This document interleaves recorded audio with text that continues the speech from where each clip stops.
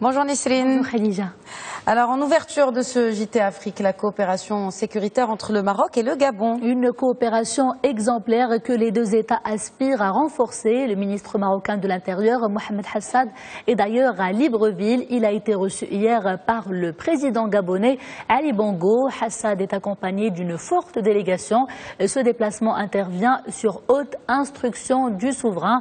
Rappelons que Rabat et Libreville sont d'ores et déjà liés par des relations solides et exceptionnelles, et cela à plus d'un égard.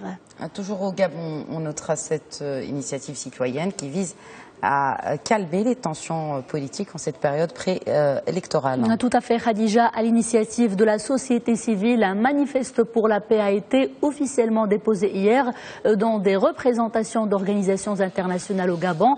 Il appelle à l'apaisement des esprits car à l'approche de l'échéance électorale, la scène politique gabonaise est marquée par des divisions et des tensions sans précédent.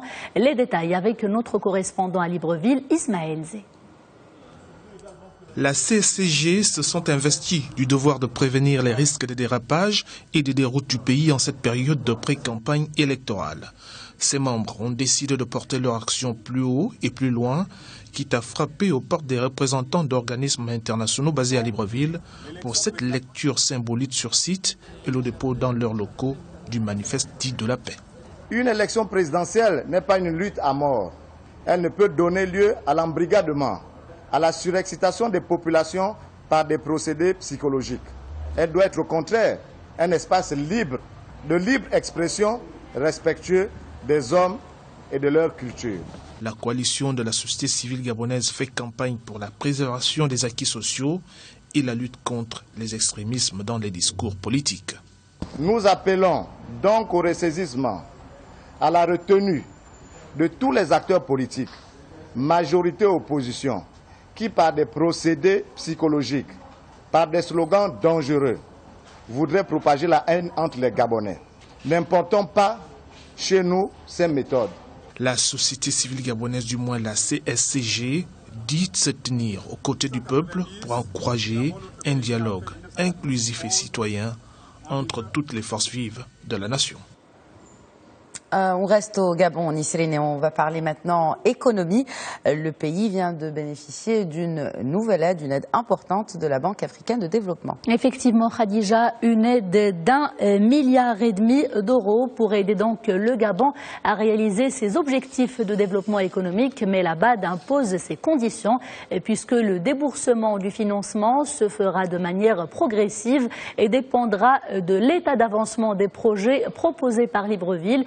Et ce n'est pas une mince affaire pour le Gabon car cette phase est des plus délicates. Pour rappel, l'année dernière, sur les 6 opérations programmées en partenariat avec la BAD, seuls 2 programmes avaient été approuvés. Et pour cause, on retient notamment le manque de concertation avec les bailleurs de fonds ainsi que les incertitudes relatives au contexte politique actuel au Gabon. On parlait justement tout à l'heure, Khadija, des tensions qui marquent la scène politique gabonaise. On reste dans le chapitre économique, Nisrine. Un mot sur les bonnes performances du Mali, en tout cas des performances qui ont été saluées par le Fonds monétaire international. Le Mali est en effet un bon élève en matière de croissance économique. Il a atteint tous les objectifs qui s'étaient assignés. Par les chiffres, le PIB a enregistré une croissance de 6%, croissance soutenue par une forte performance dans le secteur agricole et celui des services.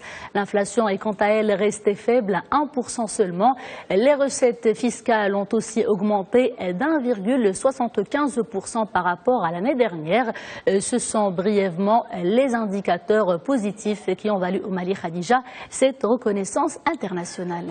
Direction la Côte d'Ivoire maintenant, où s'est ouvert hier le salon du bâtiment Batexpo, bien sûr avec une présence marocaine de taille. Oui, Khadija, c'est un événement au service d'une coopération sud-sud exemplaire et durable. Il vise à promouvoir le secteur du BTP dans tout le continent. Le Maroc, comme vous l'avez souligné, y participe avec différents exposants parmi les plus prestigieux acteurs marocains dans le domaine et qui sont d'ores et déjà implantés à Abidjan. L'événement s'étalera sur une semaine et permettra de tisser d'autres opportunités d'affaires.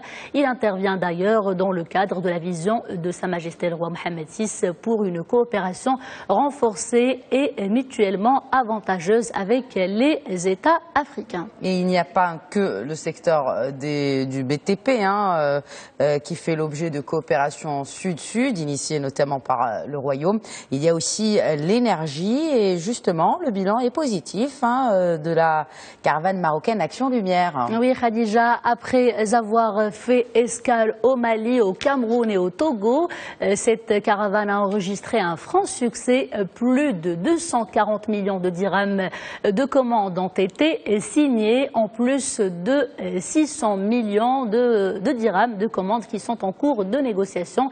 C'est au Togo que les opérateurs marocains ont fait le plus d'affaires. Pour rappel, cette mission B2B avait fait suite à plusieurs missions de prospection collective en Afrique subsaharienne avec l'objectif d'accroître les exportations nationales dans ce secteur. Khadija. Merci Nisrine. On vous retrouve bien évidemment demain pour un nouveau journal de l'Afrique.